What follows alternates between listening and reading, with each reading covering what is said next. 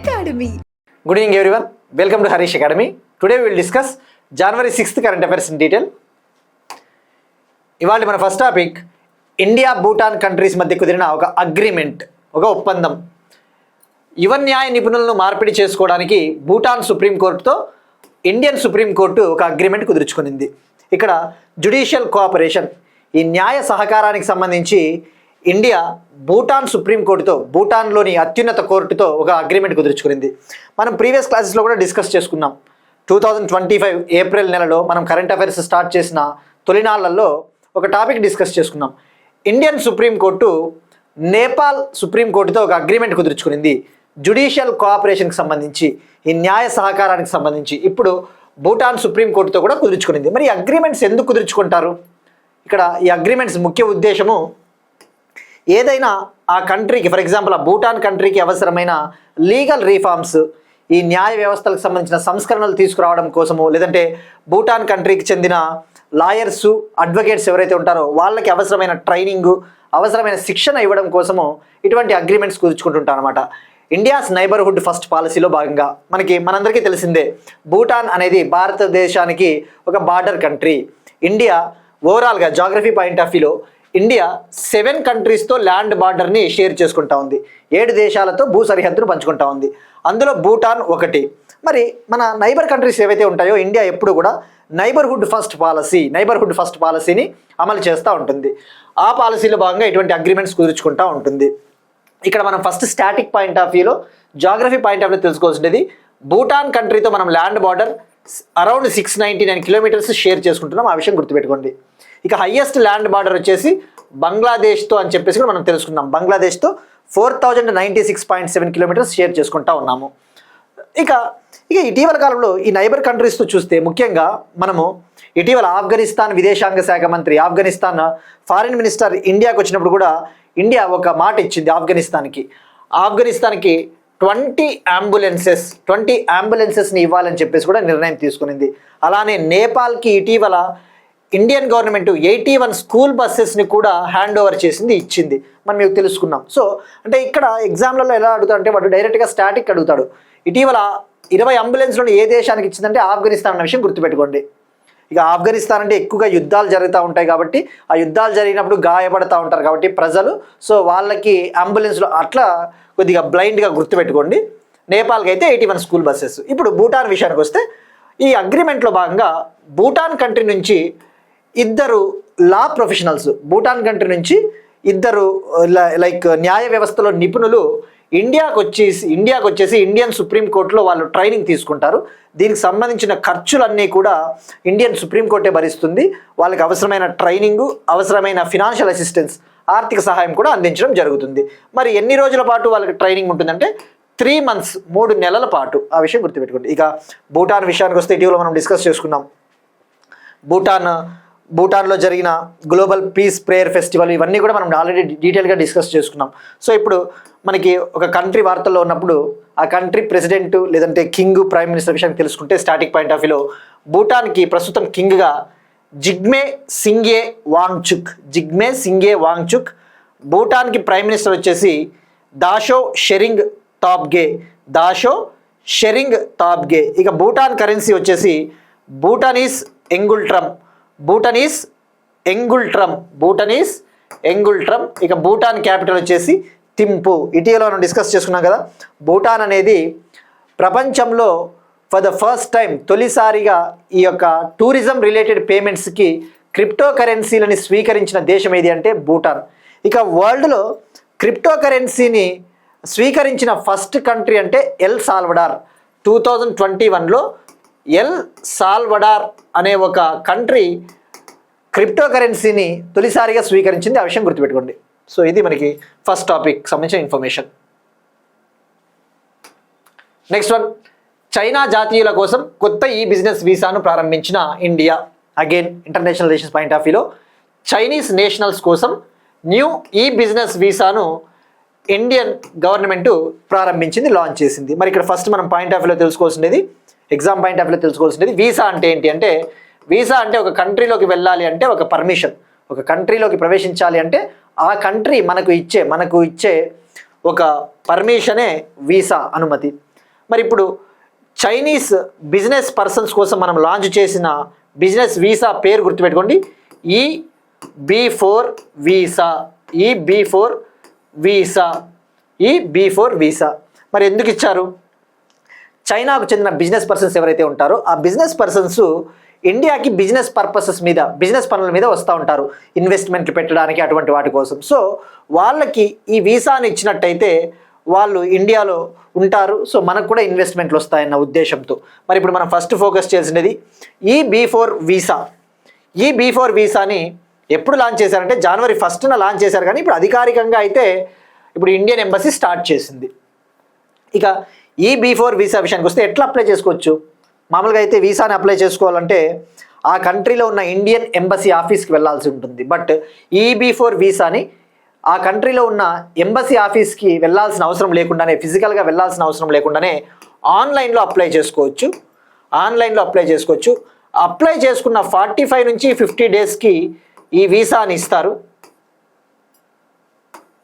ఇక ఈ visa China business పర్సన్స్కి వచ్చిన తర్వాత వాళ్ళు ఇండియాలో 6 months వరకు స్టే చేయొచ్చు, ఇండియాలో 6 నెలల పాటు ఉండవచ్చు అనమాట. సో ఇది E-B4 వీసాకి సంబంధించిన కంప్లీట్ ఇన్ఫర్మేషన్. మరి ఇక వీసా మనకి ఎగ్జామ్ పాయింట్ ఆఫ్ వ్యూలో ఇది ఒక్కటి సరిపోదు. వాడు రేపు పొద్దున మ్యాచ్ ద ఫాలోయింగ్ అడిగాడు అనుకోండి, అంటే మ్యాచ్ ద ఫాలోయింగ్లలో ఈ మధ్యన కొన్ని రకాల వీసాలు ఎక్కువగా న్యూస్లో ఉన్నాయి. సో వాడు మ్యాచ్ ద ఫాలోయింగ్ ఇచ్చేసి ఈ వీసా ఏ కంట్రీ అని కూడా అడగవచ్చు. ఉదాహరణకు కొన్ని వీసాలు తీసుకుంటే ఇటీవల ఉమ్రా వీసా అనేది కూడా ఎక్కువగా వార్తల్లో ఉంది. ఉమ్రా వీసా అంటే ఏంటి? సౌదీ అరేబియా కంట్రీ ముస్లిమ్స్కి ఇచ్చే ఒక వీసా. సౌదీ అరేబియాలో ముస్లింలకి పవిత్ర క్షేత్రమైన మెక్కా మెదీనాని సందర్శించాలి అంటే సౌదీ అరేబియా గవర్నమెంట్ ఇస్తుంది వీసా. ఇక్కడ ఉమ్రా అంటే ఆధ్యాత్మిక యాత్ర. ముస్లింలు వాళ్ళు పవిత్ర క్షేత్రమైన మెక్కా మెదీనాకి వెళ్ళాలి అంటే ఆ ఆధ్యాత్మిక యాత్రనే, ఆ టూర్నే ఉమ్రా అంటారు. సో గుర్తుపెట్టుకోండి, కంట్రీ ఏది అంటే సౌదీ అరేబియా. ఇక అలానే ఈ మధ్యన ఇంకొక వీసా కూడా ఎక్కువగా వార్తల్లో ఉంది, H-1B వీసా. ఇటీవల డొనాల్డ్ ట్రంప్ ఏమని చెప్పాడు? ఈ H-1B వీసాని అప్లై చేసుకోవాలి అంటే సంవత్సరానికి $1 lakh పే చేయాలి అని చెప్పేసి కూడా చెప్పాడు. సంవత్సరానికి $1 lakh పే చేస్తేనే మేము H-1B వీసా ఇస్తామని చెప్పాడు. మరి ఇక్కడ మనం ఈ కాంటెస్ట్లో తెలుసుకోవాల్సింది తప్పకుండా, ఈ మధ్యన ఈ వీసాల వార్తలు ఎక్కువగా ఉన్నాయి కాబట్టి స్టేట్మెంట్స్ ఇచ్చినా ఇస్తాడు, క్రింది వాటిలో ఏవి నిజమని చెప్పేసి. H-1B వీసా విషయానికి వస్తే ఇది నాన్ ఇమ్మిగ్రెంట్ వీసా, అంటే అమెరికన్ గవర్నమెంటు విదేశీయులకు ఇచ్చే వీసా. మరి ఎవరికి ఇస్తారు వీసా? ఇప్పుడు ఇందాక మనం తెలుసుకున్న E-B4 వీసా అనేది బిజినెస్ పర్సన్స్ కోసము. ఈ H-1B వీసా అనేది ఫర్ ఎగ్జాంపుల్ అమెరికాలో ఎక్కువగా టాలెంట్ ఉండదు. టాలెంట్ ఇన్ ద సెన్స్ ఈ సాఫ్ట్వేర్ నిపుణుల కొరత ఎక్కువగా ఉంటుంది, ఐటీ పర్సన్స్ షార్టేజ్ ఎక్కువగా ఉంటుంది. ఇండియాలో ఐటీ ఇండస్ట్రీ బాగుంటుంది కాబట్టి ఇండియాలో ఐటీ ఎక్స్పర్ట్స్, ముఖ్యంగా ఐటీ రంగానికి సంబంధించి కావచ్చు, finance sector, business sector, engineering sector, ఇటువంటి హై స్కిల్డ్ జాబ్స్లలో మన వాళ్ళు బాగా రాణిస్తారు. సో మన వాళ్ళు కావచ్చు, వేరే విదేశీయులు అమెరికాకు వెళ్ళి వర్క్ చేయాలి అంటే అక్కడ అమెరికా గవర్నమెంట్ ఇచ్చే వీసానే H-1B వీసా. గుర్తుపెట్టుకోండి, ఇది engineering sector, financial sector, IT sector, అలాంటి హై స్కిల్డ్ జాబ్లు వాళ్ళకి ఇస్తారు. అయితే డొనాల్డ్ ట్రంప్ ఏమని చెప్పాడు? ఈ H-1B వీసాలు ఎక్కువగా ఇవ్వడం వల్ల విదేశీయులు మా జాబుల్ని తన్నుకుపోతా ఉన్నారు, సో మేము దీనిపైన ఫీజు పెడతా ఉన్నాము. సో ఎవరైతే ఇయర్కి $1 lakh చెల్లిస్తేనే వాళ్ళకి H-1B వీసా అన్నాడు. తద్వారా ఇండియన్ ఐటీ ఇండస్ట్రీ చాలా దెబ్బతింటుందని చెప్పేసి తర్వాత వాళ్ళు దిగొచ్చారు. ఏమని చెప్పాడు? ఆల్రెడీ ఎవరికైతే H-1B వీసాలు ఉంటాయో వాళ్ళు ఈ $1 lakh కట్టాల్సిన అవసరం లేదు. ఇక నుంచి కొత్తగా ఎవరైతే H-1B వీసాలు అప్లై చేసుకుంటారో వాళ్ళు మాత్రం సంవత్సరానికి $1 lakh కట్టాలని చెప్పేసి చెప్పాడు. సో ఇవన్నీ ఎందుకు చెప్తున్నా అంటే రేపు పొద్దున్న ఇట్లా కూడా అడగొచ్చు, ఎలా అన్న అడగొచ్చు H-1B వీసా గురించి.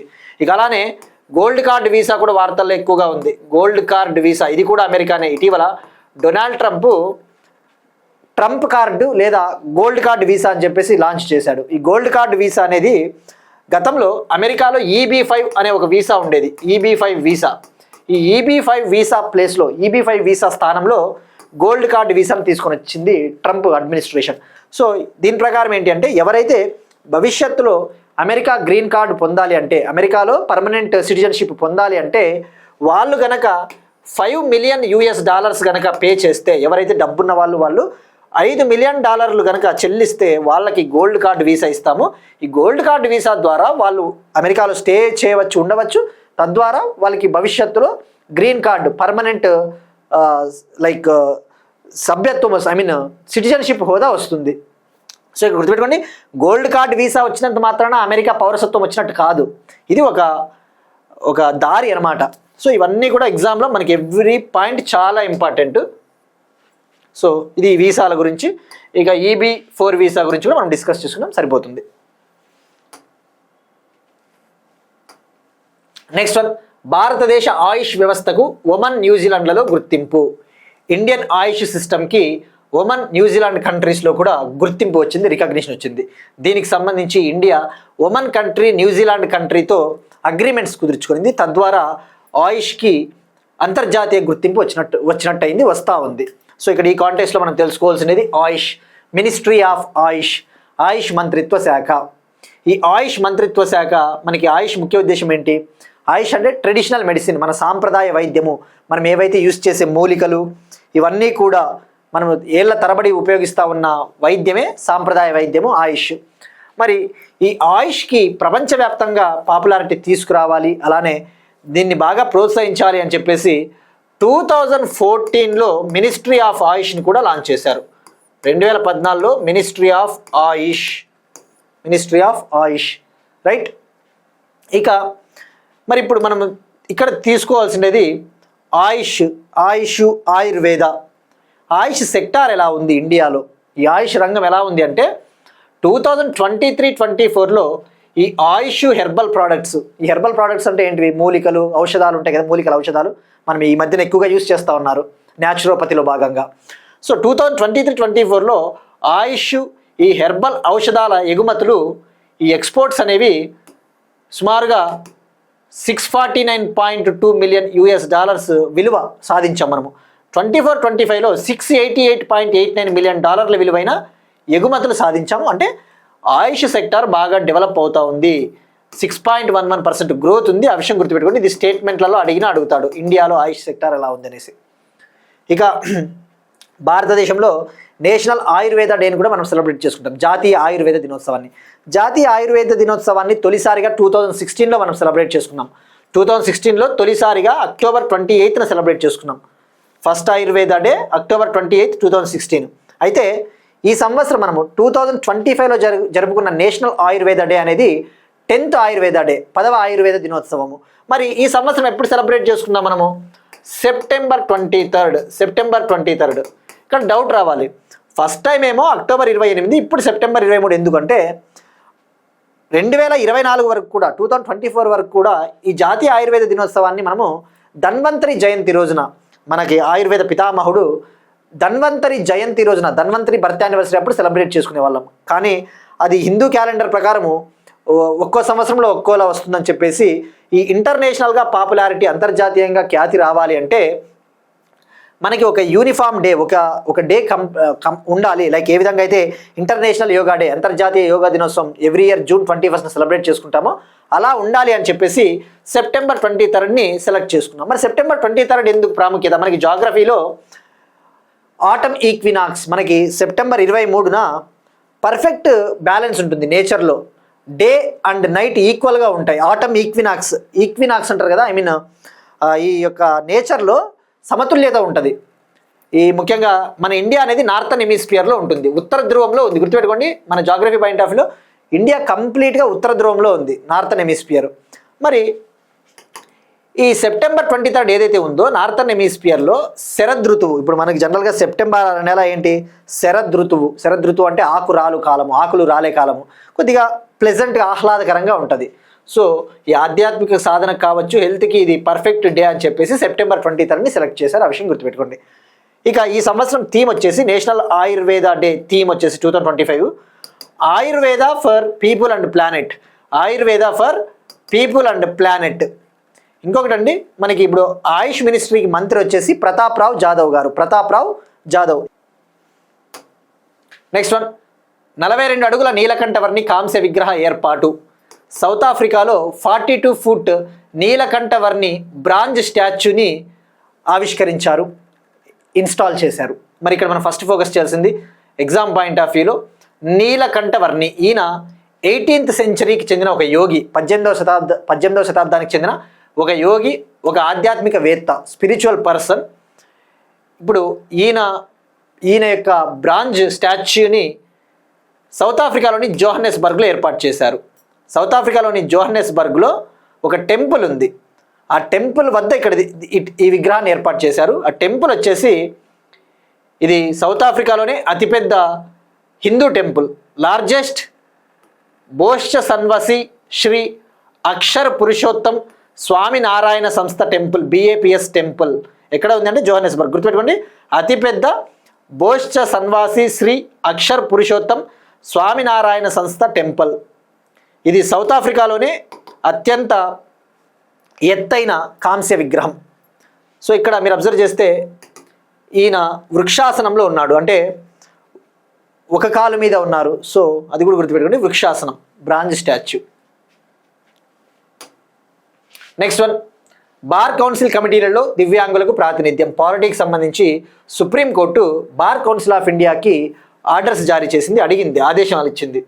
ఈ స్టేట్ బార్ కౌన్సిల్ ఎలక్షన్స్ ఏవైతే జరుగుతాయో ఆ స్టేట్ బార్ కౌన్సిల్ కమిటీలలో దివ్యాంగులకి, స్పెషల్లీ ఏబుల్డ్ పీపుల్కి, దివ్యాంగులకు కూడా రిజర్వేషన్ ఇవ్వండి, వాళ్ళకి సరైన ప్రాతినిధ్యం ఇవ్వండి అని చెప్పేసి కూడా చెప్పింది. ఇటీవల మనం డిస్కస్ చేసుకున్నాం. ఇటీవల సుప్రీంకోర్టు స్టేట్ బార్ కౌన్సిల్స్కి, ముఖ్యంగా బార్ కౌన్సిల్ ఆఫ్ ఇండియాకి చెప్పింది, ఈ స్టేట్ బార్ కౌన్సిల్ ఎలక్షన్స్లలో ఉమెన్కి 30% రిజర్వేషన్ ఇవ్వండి, అంటే మహిళల రిప్రజెంటేషన్, ప్రాతినిధ్యం కరెక్ట్గా ఉండేలా చూడని చెప్పేసి చెప్పింది. సో ఇప్పుడు ఈ కాంటెక్స్లో మనం తెలుసుకోవాల్సినది, సుప్రీంకోర్టు బార్ కౌన్సిల్ ఆఫ్ ఇండియాకి చెప్పింది అవసరమైన అమెండ్మెంట్స్, అవసరమైన సంస్కరణలు తీసుకురండి అని చెప్పేసి. ఇక్కడ మనము ఎగ్జామ్ పాయింట్ ఆఫ్ వ్యూలో బార్ కౌన్సిల్ ఆఫ్ ఇండియా అంటే ఏంటో తెలుసుకోవాలి, పాలిటీ పాయింట్ ఆఫ్ వ్యూలో. ఎందుకంటే వాడు ఎగ్జామ్లలో అడుగుతాడు, క్రింది వాటిలో బార్ కౌన్సిల్ ఆఫ్ ఇండియాకి సంబంధించి ఏవి నిజం అంటాడు. బార్ కౌన్సిల్ ఆఫ్ ఇండియా వచ్చేసి ఇది ఒక స్టాచ్యుటరీ బాడీ, చట్టబద్ధమైన సంస్థ. ఇది 1961లో ఏర్పాటైంది. 1961లో అడ్వకేట్స్ చట్టం 1961 కింద ఏర్పాటైంది. దీని హెడ్ క్వార్టర్స్ న్యూఢిల్లీ. మరి దీని ముఖ్య ఉద్దేశం ఏంటి? ఇండియాలో ఉన్న లాయర్స్ కావచ్చు, అడ్వకేట్స్, వాళ్ళ యొక్క రైట్స్, వాళ్ళ హక్కుల కోసము కృషి చేస్తుంటుంది. అలానే లీగల్ ఎడ్యుకేషన్లో అవసరమైన రీఫార్మ్స్, లీగల్ ఎడ్యుకేషన్లో అవసరమైన సంస్కరణల కోసం కృషి చేస్తూ ఉంటుంది. లీగల్ స్టాండర్డ్స్ని సెట్ చేస్తుంటుంది. సో ఇక్కడ గుర్తుపెట్టుకోవాల్సింది bar council of India statutory body. మరి దీనికి చైర్మన్గా వచ్చేసి మనన్ కుమార్ మిశ్రా ఉన్నారు. ఎవరు? మనన్ కుమార్ మిశ్రా చైర్మన్. సో ఇది మనకి సుప్రీంకోర్టు అంటే ఇక ప్రస్తుతం సుప్రీంకోర్టుకి చీఫ్ జస్టిస్ ఆఫ్ ఇండియాగా జస్టిస్ సూర్యకాంత్ గారు ఉన్నారు. మరి బార్ కౌన్సిల్ ఆఫ్ ఇండియాకి ఎవరు ఆర్డర్స్ జారీ చేశారంటే supreme court chief justice Suryakant, justice Joymalya బాగ్చీల ధర్మాసనం ఆదేశించింది. ఇక అలానే ఈ బార్ కౌన్సిల్ ఎలక్షన్స్లలో పోటీ చేసే క్యాండిడేట్స్ ఎవరైతే ఉంటారో వాళ్ళు 1.25 lakh నామినేషన్ ఫీజు చెల్లిస్తేనే వాళ్ళు పోటీ చేస్తారు. అదే దివ్యాంగుల నుంచి అయితే 15,000 మాత్రమే కలెక్ట్ చేసుకోండి, తద్వారా వాళ్ళు కూడా ఈ బార్ కౌన్సిల్ కమిటీ ఎలక్షన్స్లో పాల్గొంటారని చెప్పేసి చెప్పింది. సో వన్స్ దీనికి సంబంధించి ఏదైనా ఫర్దర్ అప్డేట్ వస్తే మనం తప్పకుండా తెలుసుకుందాం. Next one, state current affairs. సంస్కార్ శాలను ప్రారంభించిన Assam governor Lakshman Prasad Acharya. Assam chief minister వచ్చేసి హిమంత బిశ్వ శర్మ, అస్సాం గవర్నర్ వచ్చేసి లక్ష్మణ్ ప్రసాద్ ఆచార్య. ఈయన అస్సాంలోని గువాహతిలో సంస్కార్ శాల అనే ఒక ఇనిషియేటివ్ని ప్రారంభించారు చిల్డ్రన్ కోసం, చిన్నపిల్లల కోసం. మరి ఏంటి? దీన్నే శంకర్శాల అని కూడా పిలుస్తారు, శంకర్శాల. దీని ముఖ్య ఉద్దేశం చిల్డ్రన్కి ఎథికల్ వాల్యూస్, కల్చరల్ వాల్యూస్, అంటే ఈ సమాజంలో విలువలు, అంటే పారదర్శకత, అవినీతి లేకుండా ఉండడము, అహింస, నాన్ వైలెన్సు, అటువంటి కొన్ని విలువలు, ఆ విలువల్ని వాళ్ళకి బోధించడం కోసం, ఆ వాల్యూస్ని ఇన్కల్కేట్ చేయడం కోసం ఈ సంస్కార్ శాలను ప్రారంభించారు. గుర్తుపెట్టుకోండి, ఈ శాలనే శంకర్ శాల అంటారు. మనకి అస్సాం ఇటీవల మనం డిస్కస్ చేసుకున్నాం. అస్సాంలో 6 కమ్యూనిటీస్కి అస్సాం మంత్రివర్గ ఉపసంఘం షెడ్యూల్డ్ ట్రైబ్ స్టేటస్ ఇవ్వాలి అని చెప్తే కూడా అక్కడ ఆందోళన జరుగుతా ఉందని చెప్పేసి కూడా తెలుసుకున్నాం అస్సాం. ఇక అస్సాంలో ఇటీవల యూనియన్ హోమ్ మినిస్టర్ బతద్రవతన్ అనే దాన్ని కూడా ప్రారంభించారు అని చెప్పేసి తెలుసుకున్నాం. అస్సాంలో ఒక వైష్ణవ సెయింట్, అస్సాంకు చెందిన ఒక వైష్ణవ ఆధ్యాత్మికవేత్త శ్రీ శంకరదేవుని యొక్క బర్త్ ప్లేస్ జన్మస్థలం వద్ద ప్రారంభించారని చెప్పేసి కూడా తెలుసుకున్నాం. నెక్స్ట్ వన్ అగైన్ అస్సాంకి సంబంధించి ఒక ఇంపార్టెంట్ టాపిక్. ఉదాసీన్ బకత్ల కోసం ఆర్థిక సహాయ పథకాన్ని ప్రారంభించిన అస్సాం గవర్నమెంట్ ఉదాసీన్ బకత్ల కోసము ఒక ఫైనాన్షియల్ అసిస్టెన్స్ స్కీమ్ని లాంచ్ చేశారు. ఇక్కడ ఉదాసీన్ బకత్స్ అంటే ఎవరు? ఉదాసీన్ బకత్స్ అంటే మీరు ఇక్కడ ఇమేజ్లో చూస్తే వీళ్ళు వైష్ణవ సన్యాసులు, వైష్ణవ మతాన్ని, వైష్ణవ సాంప్రదాయాన్ని ఫాలో అవుతా ఉన్న సన్యాసులు, బ్రహ్మచర్యులు, సెలిబేట్ వైష్ణవేట్ మాంక్స్. వీళ్ళని ఆర్థికంగా ఆదుకోవడం కోసం నెలకు 1500 రూపీస్ ఆర్థిక సహాయం అందించాలి అని చెప్పేసి అస్సాం గవర్నమెంట్ నిర్ణయం తీసుకునింది. ఈ వైష్ణవ మాంక్స్కి మంత్కి 1500 రూపీస్ ఫినాన్షియల్ అసిస్టెన్స్ని అందించబోతా ఉన్నారు. సో ఇక్కడ గుర్తుపెట్టుకోవాల్సినది వైష్ణవిజం అంటే గుర్తురావాల్సినది అస్సాం శంకరదేవ, ఆయన జన్మస్థలంలోనే ఇటీవల బతద్రవదన్ని రీడెవలప్ చేశారు. దాన్ని లాంచ్ చేసింది union home minister Amit Shah గారు. మరి దీనివల్ల ఎంతమందికి లబ్ధి చేకూరబోతుంది అంటే 620 ఉదాసీన్ బకత్స్కి బెనిఫిట్ రాబోతోంది, లబ్ధి చేకూరబోతా ఉంది. నెక్స్ట్ వన్ నిన్న డిస్కస్ చేసుకున్న టాపిక్కి కంటిన్యూషన్ అండి. ఇవాళ పేపర్లో అఫీషియల్గా ఇచ్చాడు కాబట్టి ఇంకోసారి మనం తెలుసుకోవాలి. భారతదేశపు మొట్టమొదటి ఉష్ణమండల వాణిజ్య ట్రౌట్ చేపల పెంపక కేంద్రం తెలంగాణలో లాంచ్ చేశారని చెప్పేసి తెలుసుకుందాం. Countries first commercial tropical trout fish farm. ఈ చేపలు ఎక్కువగా శీతల ప్రాంతాల్లోనే హిమాలయ రివర్స్లలో ఇవి ఎక్కువగా అవి పెరుగుతాయి. ఎందుకంటే అక్కడ ఆక్సిజన్ కంటెంట్ ఎక్కువ ఉంటుంది. ఆ రివర్లలో, ఆ నదులలో ఆక్సిజన్ ఎక్కువగా ఉంటుంది, ఆ నీళ్లు చాలా స్వచ్ఛంగా ఉంటాయి. కాబట్టి వీటికి టెంపరేచర్ కూడా చాలా కోల్డ్ టెంపరేచర్లోనే ఇవి సర్వైవ్ అవుతాయి, బతుకుతాయి అనమాట. So for the first time ఉష్ణమండల ప్రాంతంలో అంటే ట్రోపికల్ క్లైమేట్, ఇక్కడ ఉష్ణం వేడి ఎక్కువగా ఉంటుంది కదా, అటువంటి ప్రాంతంలో ఫస్ట్ టైం ఏర్పాటు చేశారు. ఎక్కడంటే రంగారెడ్డి డిస్టిక్ కందుకూరు మండలం. దీన్ని 50 crores నిర్మించారు. బడ్జెట్ కూడా గుర్తుపెట్టుకోండి, అందుకు మనం అప్డేట్ చేసుకోవాలి. 50 కోట్లతో దీన్ని ఏర్పాటు చేశారు. దీన్ని ఏర్పాటు చేసింది startup company smart green aquaculture, right.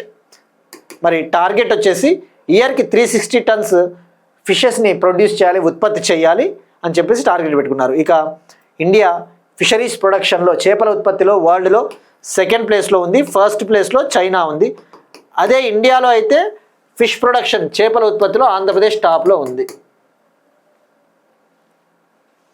ఇక్కడ స్టార్టప్ కంపెనీ గుర్తుపెట్టుకోండి, స్మార్ట్ గ్రీన్ ఆక్వాకల్చర్. ఇండియాలో ఎవ్రీ ఇయర్ నేషనల్ స్టార్టప్ డేని January 16th సెలబ్రేట్ చేసుకుంటాం. ప్రతి సంవత్సరం జాతీయ అంకుర సంస్థ దినోత్సవాన్ని January 16th సెలబ్రేట్ చేసుకుంటాం. ఎందుకంటే స్టార్టప్ ఇండియా స్కీమ్ని 2016లో గవర్నమెంట్ లాంచ్ చేసింది కాబట్టి. నెక్స్ట్ వన్ ఆంధ్రప్రదేశ్ సంబంధించి ఒక ఇంపార్టెంట్ టాపిక్, అపాయింట్మెంట్స్. ఆంధ్రప్రదేశ్ రాష్ట్ర పునర్వ్యవస్థీకరణ అధికారిగా రోనాల్డ్ రాస్. ఆంధ్రప్రదేశ్ రాష్ట్ర పునర్వ్యవస్థీకరణ అధికారిగా రోనాల్డ్ రాస్ని నియమించింది ఆంధ్రప్రదేశ్ ప్రభుత్వం. ఆంధ్రప్రదేశ్ స్టేట్ రీఆర్గనైజేషన్ స్పెషల్ ఆఫీసర్గా రోనాల్డ్ రాస్. ప్రస్తుతం ఈయన ఆర్థిక శాఖ కార్యదర్శిగా ఉన్నారు, ఫినాన్స్ డిపార్ట్మెంట్ సెక్రటరీగా. ఈయనకి ఈ అదనపు బాధ్యతలు అప్పగించడం జరిగింది, ఐఏఎస్ ఆఫీసర్.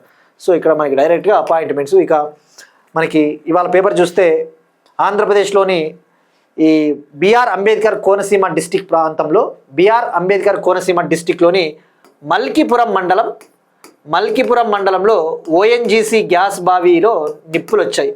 ఓఎన్జీసీ గ్యాస్ బావిలో భారీ పేలుడు సంభవించింది. సో ఇక్కడ మనకి ఎగ్జామ్ పాయింట్లో తెలుసుకోవాల్సినది, ఎప్పుడైనా డిఫరెంట్ ఏరియాస్లో, డిఫరెంట్ స్టేట్లలో ఏవైనా ఇండస్ట్రీలు యాక్సిడెంట్లు జరిగినప్పుడు ఆ యాక్సిడెంట్లు జరిగిన ప్రదేశం ఏంటిది, ఎక్కడ జరిగింది, ఆ జరిగినప్పుడు ఏమైనా కెమికల్ గ్యాసెస్ లీక్ అయ్యాయా, అటువంటివి మనకి ఎగ్జామ్ పాయింట్ ఆఫ్ వ్యూలో చాలా ఇంపార్టెంట్. ఎందుకంటే ఆంధ్రప్రదేశ్లో 2020లో విశాఖపట్నంలో ఎల్జీ పాలిమర్స్ దుర్ఘటన జరిగింది. 2020లో ఎల్జీ పాలిమర్స్ గ్యాస్ లీక్ జరిగింది. ఆ గ్యాస్ లీక్లో భాగంగా స్టైరీన్ అనే ఒక గ్యాస్ లీక్ అయింది. ఆ స్టైరీన్ గ్యాస్ లీక్ అయి చాలామంది చనిపోయారు.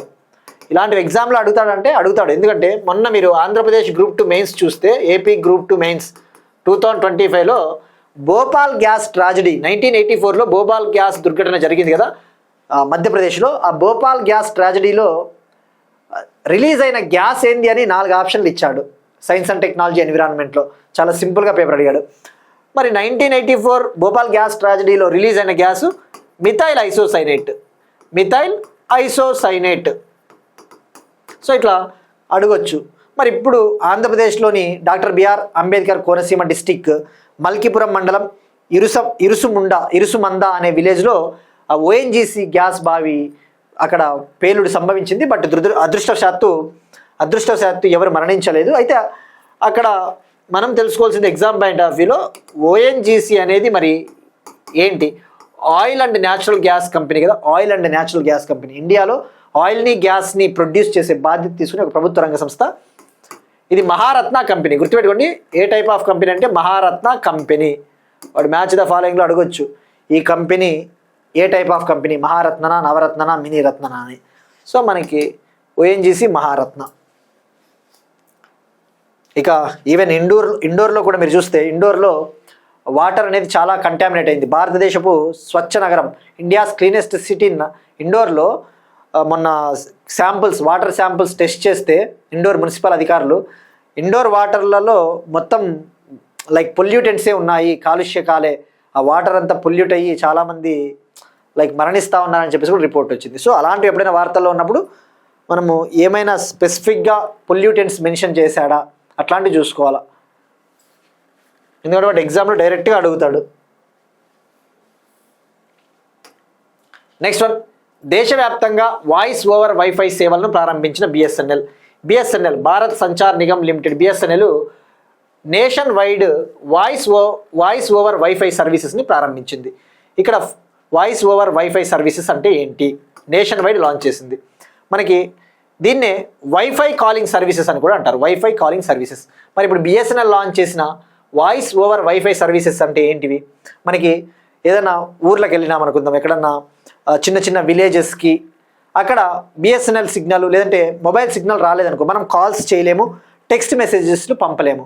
బట్ అలాంటి పరిస్థితుల్లో కూడా మనం ఏదైనా ఒక విలేజ్కి మారుమూల గ్రామానికి వెళ్ళినప్పుడు మన మొబైల్ సిగ్నల్ రాకపోయినా ఒకవేళ అక్కడ వైఫై ఫెసిలిటీ ఉందనుకోండి, వైఫై సౌకర్యం ఉంటే ఆ వైఫై సౌకర్యాన్ని ఉపయోగించి డైరెక్ట్గా బిఎస్ఎన్ఎల్ కస్టమర్స్ కాల్స్ చేయవచ్చు, టెక్స్ట్ మెసేజ్లు కూడా పంపవచ్చు. అంటే మొబైల్ సిగ్నల్ వీక్గా ఉన్నా కూడా మనకి కాల్ వెళ్తుంది. ఎట్లా వెళ్తుంది? వైఫై ఉపయోగించి. సో అది మనకి మరి ఎవరికి ఇది వర్తిస్తుంది, ఎవరికి అందుబాటులో ఉంటుంది అంటే కేవలం బిఎస్ఎన్ఎల్ కస్టమర్స్కి.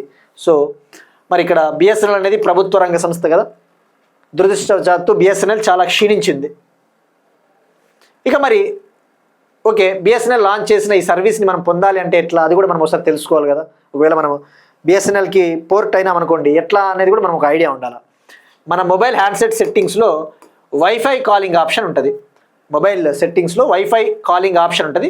ఆ ఆప్షన్ని కనుక మనం ఆన్ చేసుకుంటే ఈ సర్వీస్ పొందవచ్చు. సో గుర్తుపెట్టుకోండి, వైఫై కాలింగ్ సర్వీస్. ఇక్కడ ఇంకొక టాపిక్, వైఫై అంటే ఏంటి? Wireless Fidelity. ఏంటి వైర్లెస్ ఫిడెలిటీ? దీని గురించి మనం తప్పకుండా తెలుసుకోవాలి. ఒక 2 పాయింట్లు science and technology point of వ్యూలో. సైన్స్ అండ్ టెక్నాలజీ అయినా మనం జనరల్ సైన్స్ ఎన్సీఆర్టీలు చదివినా మనకి రేడియో వేవ్స్, లైట్ వేవ్స్ గురించి చదువుతాం.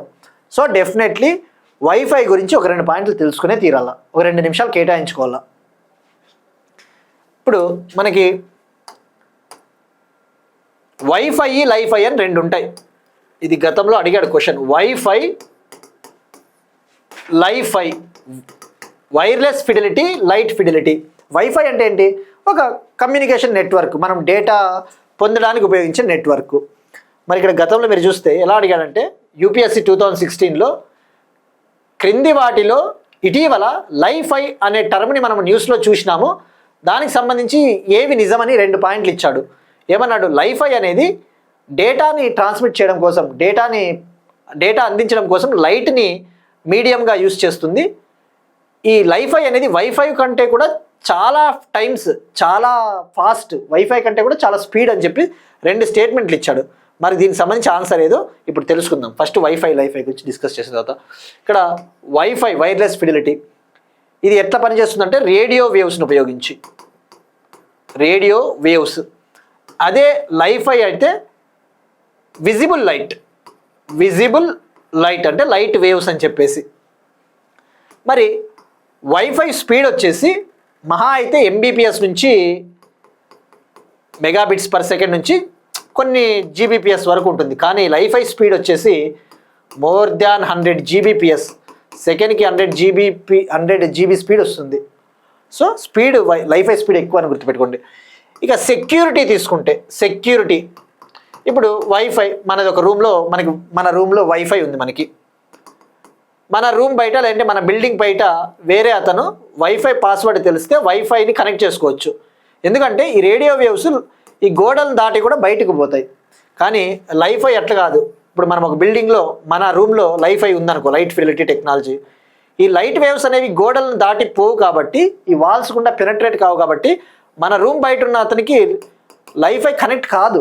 అంటే సెక్యూరిటీ ఎక్కువ ఉంది, ఆ విషయం గుర్తుపెట్టుకోండి.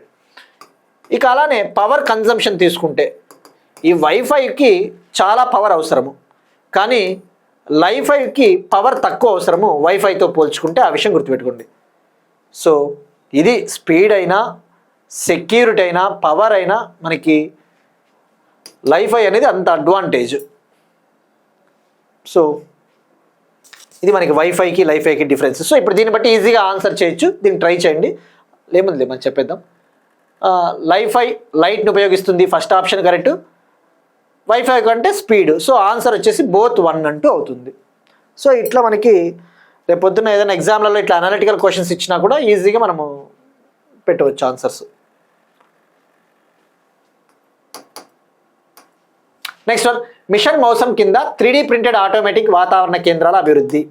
మిషన్ మౌసం కింద 3D ప్రింటెడ్ ఆటోమేటిక్ వెదర్ స్టేషన్స్ని ఏర్పాటు చేయబోతోంది గవర్నమెంట్ ఆఫ్ ఇండియా. ఇక్కడ చాలా ఉన్నాయి తెలుసుకునేవి. ఫస్ట్ 3D ప్రింటింగ్ అంటే ఏంటో తెలుసుకోవాలా, మిషన్ మౌసము, ఈ వెదర్ స్టేషన్స్. ఫస్ట్ మనము స్టాటిక్ పాయింట్ ఆఫ్ వ్యూ తెలుసుకుందాం.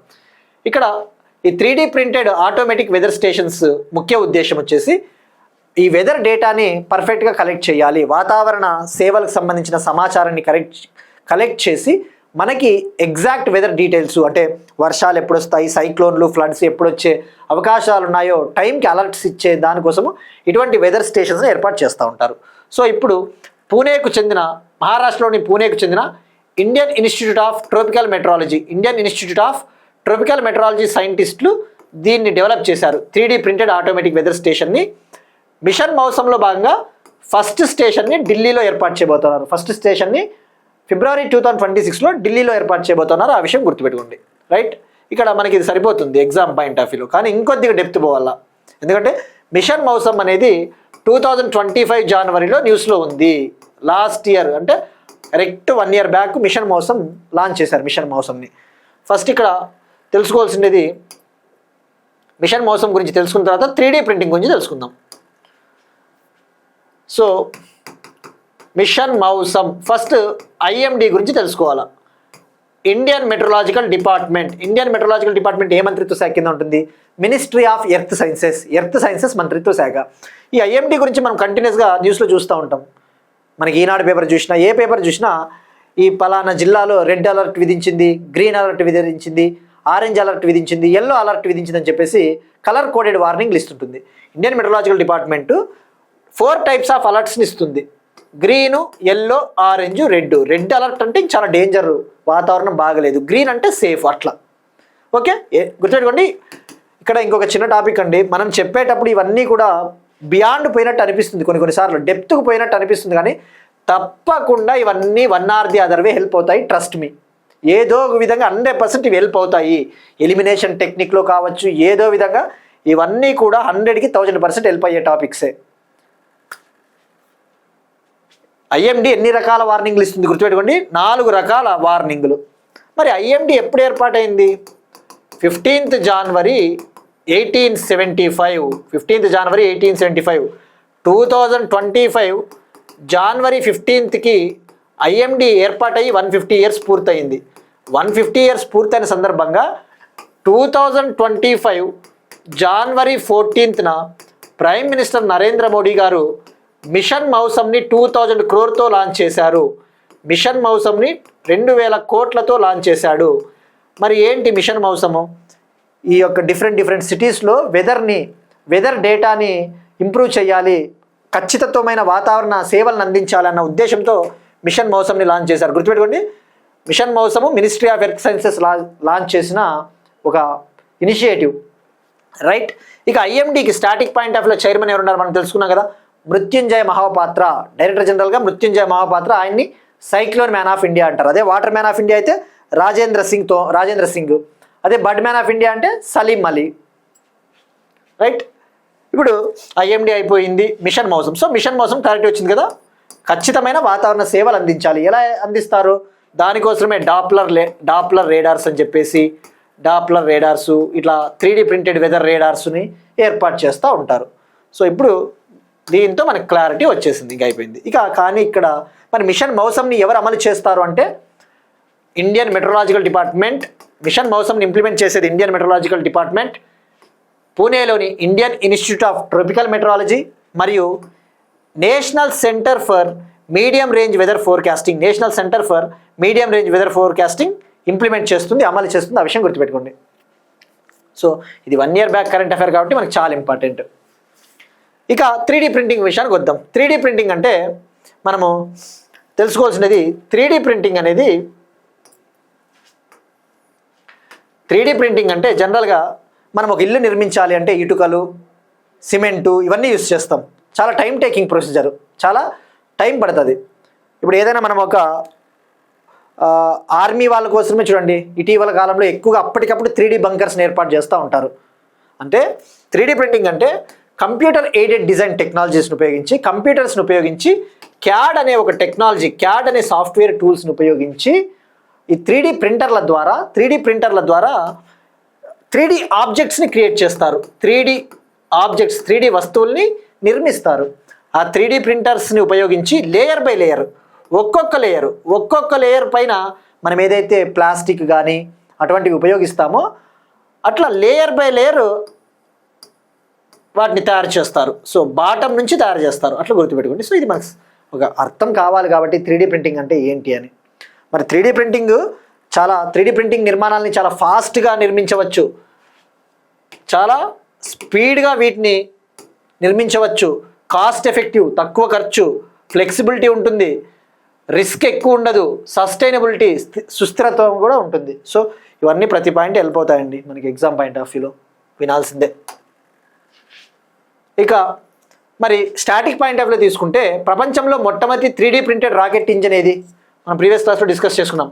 ఐఐటి మద్రాస్కు చెందిన అగ్నికుల్ కాస్మోస్ అనే కంపెనీ, ఐఐటి మద్రాస్ చెందిన Agnikul cosmos startup company Agnibaan sorted అనే ఒక రాకెట్ ఇంజన్ని డెవలప్ చేసింది. Agnibaan sorted 3D printed rocket engine, అది ప్రపంచంలో మొట్టమొదటి 3D printed rocket engine.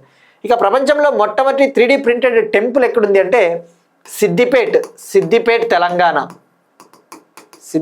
Telangana.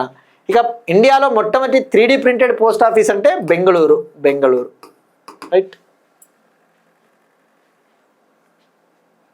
So ఇక్కడ మనము గుర్తుపెట్టుకోవాల్సింది స్టాటిక్ కవర్ చేస్తున్నాము, అనలిటికల్ కవర్ చేస్తున్నాం కాబట్టి no need to worry. Next one, భారత తీర రక్షక దళంలోకి చేరిన సముద్ర ప్రతాప్. ఇండియన్ కోస్ట్ గార్డ్కి చెందిన ఒక షిప్ సముద్ర ప్రతాప్ మన ఐసీజీ దళంలోకి చేరింది. మరి ఏంటిది ఇది భారతదేశపు మొదటి స్వదేశీ కాలుష్య నియంత్రణ నౌక, India's first indigenous pollution control vessel. ఇప్పుడు మనకి సముద్రాలలో ఎక్కువగా ఆయిల్ స్పిల్స్, ఈ యొక్క ఆయిల్ ఒలికిపోతూ ఉంటుంది కదా. సో వాటిని అటువంటి యాక్సిడెంట్లు జరిగినప్పుడు ఇమ్మీడియట్గా రెస్పాండ్ అవ్వడం కోసం, వాటిని కంట్రోల్ చేయడం కోసం దీన్ని ఉపయోగిస్తారు. దీని లెంగ్త్ వచ్చేసి 114 మీటర్స్, 114 మీటర్లు ఉంటుంది దీని పొడవు. వెయిట్ 4200 టన్స్, 4200 టన్నుల బరువు. దీన్ని నిర్మించింది గోవా షిప్ యార్డ్ లిమిటెడ్. మన ఎక్స్క్లూజివ్ ఎకనామిక్ జోన్ ఏదైతే ఉందో, మన తీర ప్రాంతం నుంచి 200 నాటికల్ మైల్స్ ప్రాంతం ఉన్నదాన్ని ఎక్స్క్లూజివ్ ఎకనామిక్ జోన్ అంటారు. మన కోస్ట్ నుంచి 200 నాటికల్ మైల్స్ వరకు ఉన్న వాటర్స్ని, ఆ జలాలని ఎక్స్క్లూజివ్ ఎకనామిక్ జోన్ అంటారు. ఎంత? అది 200 నాటికల్ మైల్స్ అన్న విషయం గుర్తుపెట్టుకోండి. సో ఈ 200 నాటికల్ మైల్స్ పరిధిలో ఈ సముద్ర ప్రతాపు ఎప్పటికప్పుడు గస్తీ ఆపరేషన్స్ నిర్వహిస్తూ ఉంటుంది. వివిధ రకాల ఆపరేషన్స్ కోసం దీన్ని ఉపయోగిస్తారు. నెక్స్ట్ వన్, సైనికుల కోసం పోర్టబుల్ నీటి శుద్ధీకరణ వ్యవస్థ స్వదేశ్ను అభివృద్ధి చేసిన డిఆర్డిఓ ఆర్మీ పర్సన్స్ కోసము ఒక పోర్టబుల్ డ్రింకింగ్ వాటర్ ప్యూరిఫికేషన్ సిస్టమ్ని డెవలప్ చేసింది. దాని పేరు స్వదేశ్. మనకి ఇండియాలో ఆర్మీ సోల్జర్స్ ఎక్కువగా హై ఆల్టిట్యూడ్ ప్రాంతాల్లో ఉంటారు. ఈ ఓషన్స్ సముద్రాల వద్ద కూడా కొన్నిసార్లు భద్రత కోసం వెళ్తూ ఉంటారు. వాళ్ళకి వాటర్ తాగాలి కదా, కానీ ఆ సీ వాటర్ చాలా ఉప్పుగా ఉంటుంది, తాగలేము. ఆ సీ వాటర్ని, ఆ బ్రాకిష్ వాటర్ని ప్యూరిఫై చేయడం కోసము దాన్ని కొన్ని క్షణాలు వ్యవధిలోనే దాన్ని ప్యూరిఫై చేయడం కోసం డిఆర్డిఓ ఒక పోర్టబుల్ వాటర్ ప్యూరిఫైర్ని డెవలప్ చేసింది. దాని పేరే స్వదేశ్. మరి ఇక్కడ మీరు చూస్తే దీన్ని ఒక ఆర్మీ పర్సన్ చేతితో కూడా మోసుకొని పోవచ్చు, క్యారీ చేయవచ్చు. సో దీన్ని ఎవరు డెవలప్ చేశారంటే డిఆర్డిఓకి చెందిన రాజస్థాన్లోని జోధ్పూర్లో ఉన్న laboratory, defence laboratory, army, navy, air force వాళ్ళ కోసము తయారు చేసింది. ఇది సీ వాటర్ని తాగునీటిగా మారుస్తుంది. ఇక మరి డిఆర్డిఓ ఎప్పుడు ఏర్పాటైంది? 1958 కదా. 1958 head quarters New Delhi, ministry of defence కింద ఉంటుంది. దీంట్లో 50కి పైగా ల్యాబొరేటరీస్ ఉంటాయి. డిఆర్డిఓ అనేది 50కి పైగా ల్యాబొరేటరీల నెట్వర్క్. డిఆర్డిఓకి చైర్మన్గా సమీర్ వి కామత్ ఉన్నారు. Sameer V Kamath. Next one, persons in news, వార్తల్లో వ్యక్తులు. మాజీ ప్రపంచ బిలియర్డ్స్ ఛాంపియన్ మనోజ్ కొఠారి కన్నుమూత. Former world billiards champion Manoj Kothari గారు మరణించారు. ఇక్కడ బిలియర్డ్స్ అంటే ఇలా ఉంటుంది, బిలియర్డ్స్ గేమ్, స్నూకర్ గేమ్ మనం మూవీస్లో చూస్తూ ఉంటాం కదా.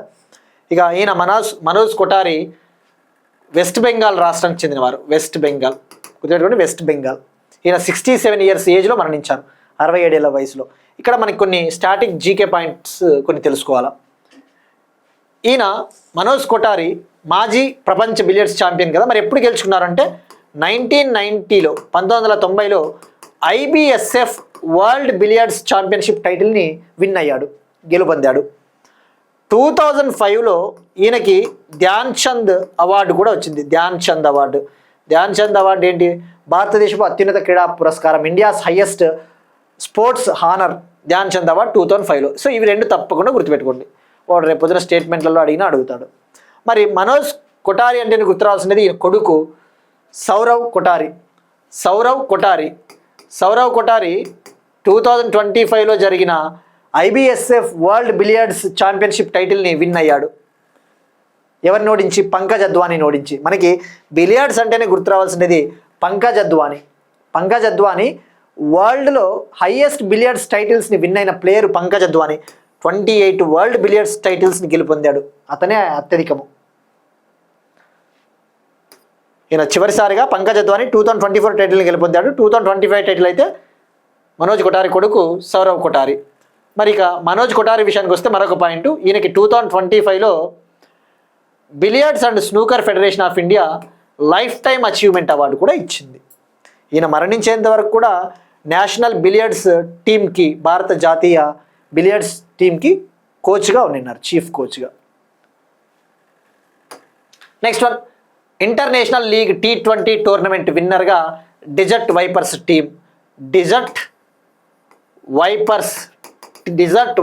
టీం విజేతగా నిలిచింది. ఇది ఒక international league T20 2020 over cricket. ఇది యుఏఈలోని దుబాయ్లో ఈ టోర్నమెంట్ జరిగింది. యుఏఈ కంట్రీలోని దుబాయ్లో 4వ సీజన్ జరిగింది. ఫైనల్లో ముంబై ఇండియన్స్ ఎమిరేట్స్ పైన విన్ అయింది. సో ఇప్పుడు ఈ Desert Vipers team first time ఈ టైటిల్ని గెలుపొందింది.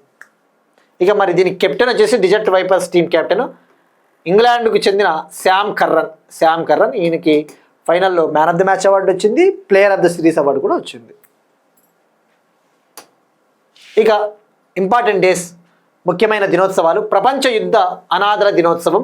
ఇంగ్లీష్లోనే గుర్తుపెట్టుకోండి, వాడు ఇంగ్లీష్లోనే అడుగుతాడు, ఎందుకంటే మనం డిఎస్సి పేపర్లు కూడా చూసాం కాబట్టి వాడేం ట్రాన్స్లేట్ చేయట్లే, డైరెక్ట్గా అడుగుతున్నాడు. World day for war orphans, ప్రపంచ యుద్ధ అనాథల దినోత్సవం. ఆర్ఫన్స్ అంటే అనాథలు. ఎవరైతే ముఖ్యంగా యుద్ధ సమయాలలో వార్స్ జరుగుతూ ఉన్నప్పుడు చిల్డ్రన్ వాళ్ళ పేరెంట్స్ని కోల్పోతారు. సో వాళ్ళని ఆదుకోవాలి అని చెప్పేసి ఈ దినోత్సవాన్ని నిర్వహించడం జరుగుతుంది. మరి ఇక ఎప్పుడు అంటే గుర్తుపెట్టుకోండి, January 6th every year. January 6th every year. ఇక్కడ అగైన్ అండి, ఇటువంటి ఇంపార్టెంట్ డేస్ వచ్చినప్పుడు ఈ డే ఎప్పుడు స్టార్ట్ అయింది, ఫస్ట్ టైం ఎప్పుడు సెలబ్రేట్ చేసుకున్నాము అలాంటివి అయితే పోవద్దండి. ఎందుకంటే క్వశ్చన్ పేపర్స్ మీరు చూడండి, ఏవి చూసినా వాడు ఎలా అడుగుతున్నాడంటే ఎప్పుడు సెలబ్రేట్ చేసుకుంటారు, ఒకవేళ థీమ్ ఏదైనా ఉందంటే థీమ్ ఇంపార్టెంట్ ఉంటే గుర్తుపెట్టుకోవాల్సిన అవసరం ఉంటుంది అంతే. ఇప్పుడు మొన్న మనము లూయి బ్రెయిలీ డే సెలబ్రేట్ చేసుకున్నాం January 4th. ఎందుకు సెలబ్రేట్ చేసుకుంటామంటే January 4th లూయి బ్రెయిలీ, ఫ్రెంచ్కి చెందిన లూయి బ్రెయిలీ ఆయన జన్మించారు, ఆయన బర్త్డేని సెలబ్రేట్ చేసుకుంటాం అట్లా. మరి ఇప్పుడు అకార్డింగ్ టు యూనిసెఫ్ తీసుకుంటే ఈ world day for war orphans, ప్రపంచవ్యాప్తంగా అనాథలు 140 మిలియన్ చిల్డ్రన్స్ ఉన్నారు. అందులో హయ్యెస్ట్ ఆసియాలో ఉన్నారు. ఆసియాలో 61 మిలియన్ ఆర్ఫన్స్ ఉన్నారు. ఆఫ్రికాలో 52 million orphans. Latin America, Caribbean కంట్రీస్లో 10 మిలియన్ అనాథలు. సెంట్రల్ ఏషియాలో 7.3 మిలియన్ అనాథలు ఉన్నారు. సో ఇది January 6th world day for war orphans. ఇక ఇవాళ క్వశ్చన్ చూస్తే మనం ప్రీవియస్ క్లాస్లో డిస్కస్ చేసుకున్న టాపిక్కే, పిప్రహ్వా అవశేషాలు ఇటీవల గ్లోబల్ పీస్ ప్రేయర్ ఫెస్టివల్లో భాగంగా ఏ దేశానికి పంపారు, ఇది ట్రై చేయండి. ఇక పిప్రహ్వా అవశేషాలు ఇండియాలోని ఏ స్టేట్లో ఎప్పుడు కనుగొన్నారు, పిప్రహ్వా అనే ప్రాంతము ఏ రాష్ట్రంలో ఉంది. ఇక ప్రైమ్ మినిస్టర్ నరేంద్ర మోడీ గారు న్యూఢిల్లీలో ఈ పిప్రహ్వా అవశేషాలకు సంబంధించి ఒక ఇంటర్నేషనల్ ఎగ్జిబిషన్ని లాంచ్ చేశారు కదా, దాని పేరు ఏంటి అంటే అది కూడా గుర్తుపెట్టుకోండి. ఆ ఎగ్జిబిషన్ పేరు, ఆ టైటిల్ వచ్చేసి the light and the lotus relics of the awakened one. The light and the lotus relics of the awakened one అంటే చైతన్యవంతుడైన వ్యక్తి అంటే గౌతమ బుద్ధుడు. ఇక్కడ లోటస్ అంటే తామర పువ్వు. మరి ఇక్కడ ఇటీవల ప్రైమ్ మినిస్టర్ నరేంద్ర మోడీ గారు ఉత్తరప్రదేశ్లో లక్నోకి వెళ్ళినప్పుడు రాష్ట్రీయ ప్రేరణ స్థల్ని ప్రారంభించారు. అక్కడ 3 persons స్టాచ్యూస్, విగ్రహాలను కూడా ఆవిష్కరించారు. మరి ఆ రాష్ట్రీయ ప్రేరణ స్థల్ ఏ ఆకారంలో ఉంది అంటే తామర పువ్వు ఆకారంలో, లోటస్ షేపు. ఆ పాయింట్ కూడా యాడ్ చేసుకోండి, ఈ పాయింట్ కూడా యాడ్ చేసుకోండి. ఇక ఇది ఇవాళ క్వశ్చన్, దీన్ని ట్రై చేయండి.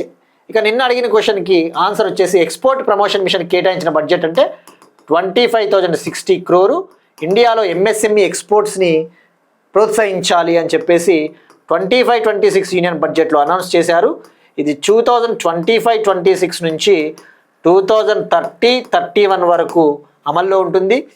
ఈ స్కీమ్ని అమలు చేసే మంత్రిత్వ శాఖలో department of commerce, ministry of commerce కింద ఉంటుంది. మినిస్ట్రీ ఆఫ్ ఎంఎస్ఎంఈ మంత్రిత్వ శాఖ మరియు మినిస్ట్రీ ఆఫ్ ఫినాన్స్, ఆర్థిక మంత్రిత్వ శాఖ అమలు చేస్తుంది. రైట్, ఇది ఇవాళ క్వశ్చన్. ఇక ఆస్పిరెంట్స్కి ఇంకొక చిన్న గమనిక అండి, మనం చెప్పే క్లాస్ ఏదైతే ఉంటుందో దీనికి సంబంధించిన కంప్లీట్ ఇన్ఫర్మేషన్ తెలుగులో మనకి ఇవాళ క్లాస్ అయితే రేపు మన వాట్సాప్ ఛానల్లో అవైలబిలిటీలో ఉంటుంది, అందుబాటులో ఉంటుంది. మనకి యూట్యూబ్ ఛానల్లో మన హరీష్ అకాడమీ క్లాస్ కింద డిస్క్రిప్షన్ లింక్ ఉంటుంది. ఆ లింక్లో జాయిన్ అయ్యి మన వాట్సాప్ ఛానల్లో జాయిన్ అయినట్టయితే ఈ పీడిఎఫ్ని తెలుగులో పొందగలరు. అయితే కొంతమందికి అది సరిగా రావటం లేదు, రీఫ్రెష్ చేసుకోండి. ఆ వాట్సాప్ ఛానల్లో మనం జాయిన్ అయిన తర్వాత ప్రతిసారి కూడా వాట్సాప్ ఛానల్ ఓపెన్ చేసినప్పుడు రీఫ్రెష్ చేయండి. ఆ రీఫ్రెష్ చేసినప్పుడు ఆటోమేటిక్గా కంప్లీట్ పీడిఎఫ్ మనకు వస్తుంది. ఇవి ఇవాళ కరెంట్ అఫైర్స్. మనం ఒకసారి క్విక్గా రీక్యాప్ చూద్దాం.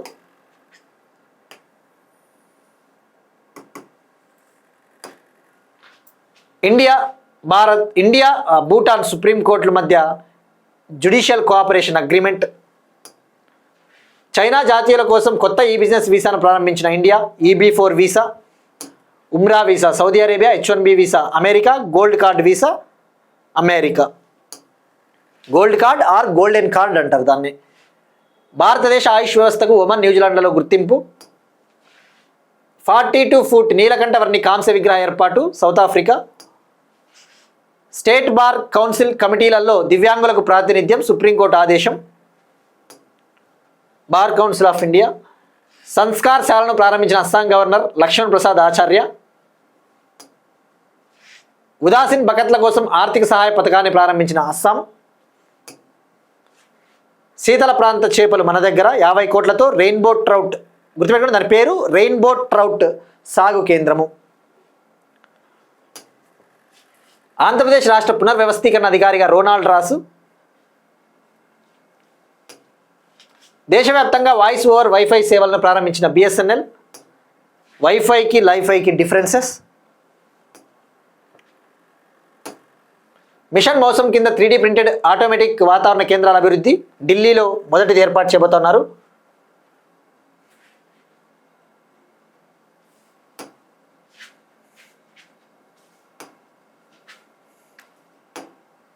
భారత తీర రక్షక దళంలోకి చేరిన సముద్ర ప్రతాప్. సైనికుల కోసం పోర్టబుల్ నీటి శుద్ధీకరణ వ్యవస్థ స్వదేశీని అభివృద్ధి చేసిన డిఆర్డిఓ. మాజీ ప్రపంచ బిలియర్డ్స్ ఛాంపియన్ మనోజ్ కొఠారి కన్నుమూత. International league T20 title winner Desert Vipers team. World day for war orphans January 6th. That's it. These are today's current affairs. We'll meet you next time and thank you everyone.